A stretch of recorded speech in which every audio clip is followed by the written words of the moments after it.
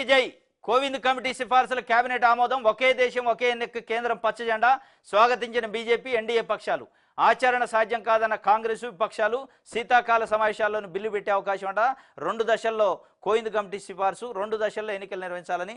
ఒక దశ పార్లమెంట్కి, అసెంబ్లీకి, ఇంకో దశ మళ్ళా అవి నిర్వహించిన ఇంకొక 100 రోజుల్లోనే స్థానిక సంస్థల ఎన్నికలు, జిల్లా పరిషత్తులు, మండల పరిషత్తులు, గ్రామ పంచాయతీలు, మున్సిపల్ డిపార్ట్మెంట్కి సంబంధించిన ఎన్నికలు మొత్తం కూడా ఒక దశలో నిర్వహించాలి. ఈ 2 ఒకే దేశం ఒకే ఎన్నిక అనే దాన్ని పెట్టుకున్నారు. జమిలీకి జైగొట్టిందంటే నేను కేంద్ర క్యాబినెట్లో నిర్ణయం తీసుకున్నాను. జమిలీ బిల్లు పెట్టాలి, బిల్లుకి ఆమోదం చేయించుకోవాలని చెప్పి పార్లమెంట్లో కేంద్ర క్యాబినెట్ అయితే ప్రైమరీగా ఆమోదం తెలిపింది. దీనిపైన మరి దేశంలో అన్ని రాజకీయ పక్షాల మద్దతు ఇవ్వాలి. 2/3 మెజార్టీ అటు రాజ్యసభలో ఇటు లోక్సభలో వాళ్ళకి ఉంటేనే దీనిపైన కాన్స్టిట్యూషన్ అమెండ్ చేయాలి.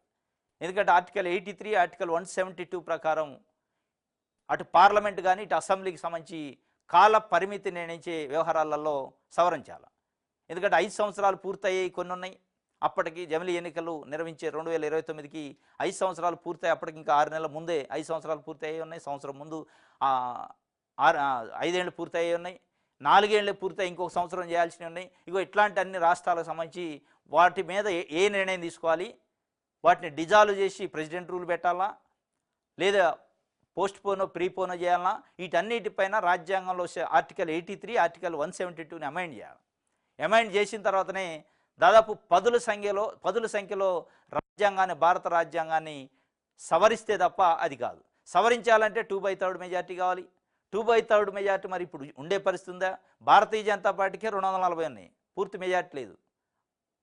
మరి ఎంతవరకు ఇది పాసిబిలిటీ అయింది? దీంతోనే అసలు ప్రజలకి ఏం లాభం అనేది ఇప్పుడు చర్చ.